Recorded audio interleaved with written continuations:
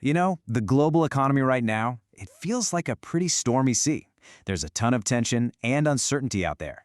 But while most countries are just trying to keep their heads above water, one major economy seems to be charting its own, much brighter course. So let's dive in and take a closer look at what's going on. First things first, we've got to understand the world we're living in.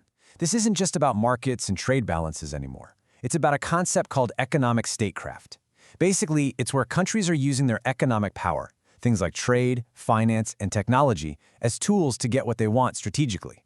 It's a whole new ballgame of competition. And that really gets to the heart of our question today.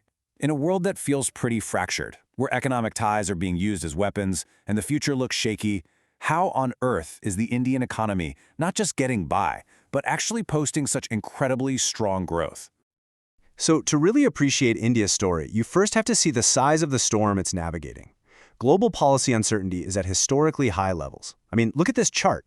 This kind of environment makes it incredibly difficult for businesses and governments anywhere to make solid plans for the future. And this uncertainty isn't just an abstract idea. It has very real consequences. Global foreign direct investment, which is basically big money flowing into long-term projects, dropped by 11% in 2024. It just goes to show, when things are this unpredictable, capital gets cautious and tends to stay on the sidelines. So what does this economic statecraft actually look like on the ground? Well, we're talking about things like new tariffs on imports, putting export controls on critical technologies like semiconductors, restricting access to key minerals, and of course, sanctions and the weaponization of energy and finance. These are the new tools shaping the global game. Okay, so against that really turbulent global backdrop, one number tells a completely different story: 7.4%. That's the projected real GDP growth for India in fiscal year 2026. If that holds, it'll be the fastest growing major economy for the fourth year in a row. Pretty remarkable. So the big question is, how is this even possible? The answer seems to be a powerful domestic shield that's insulating the economy from the worst of those global storms. Let's break down the two key layers of this shield. All right, layer number one is the Indian consumer. People are spending. Private consumption is absolutely booming, growing at 7.5%, which is well above the trend we saw even before the pandemic.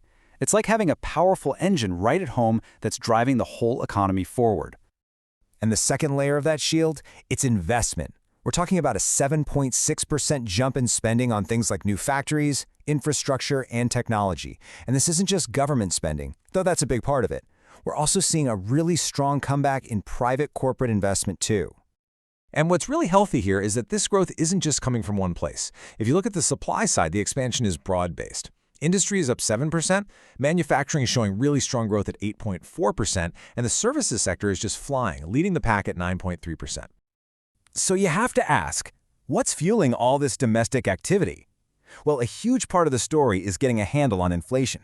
With headline inflation falling all the way down to 1.7%, people's money simply goes farther.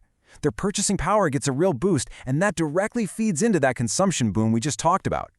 And guess what? The rest of the world is definitely taking notice. Check this out. The risk premium on Indian government bonds, which is basically the extra interest investors demand to hold them compared to super safe US bonds, has dropped by more than half. That is a massive vote of confidence from global markets and India's stability. Which brings us to the million-dollar question, or maybe the trillion-dollar question. This is all great, but is it sustainable? With the global picture likely to stay pretty choppy, can India really keep this momentum going for the long haul? Well, the analysis we're looking at here suggests a pretty bold answer: yes.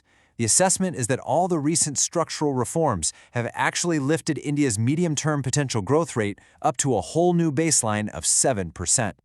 So what's the blueprint for this higher potential? It really rests on three main pillars. First, this virtuous cycle of investment, where big public spending pulls in even more private investment. Second, a stronger and more formalized labor force. And third, a huge leap in just how efficient the whole economy is, thanks to things like the new digital infrastructure and tax networks. And all of this is building towards a much larger long-term goal. It's not just about posting good growth numbers. It's about building something the source calls strategic indispensability. The idea is to weave your economy so deeply into global supply chains that other countries simply can't find an easy replacement for you. That makes you much more resilient to outside pressure. And that brings us to our final, and maybe most crucial takeaway. In the world we live in today, economic performance is about so much more than just the numbers on a spreadsheet. Building one of these indispensable economies becomes the ultimate tool for protecting your own growth, your independence, and your sovereignty. The question isn't just how to grow anymore, it's how to grow in a way that secures your place in the world.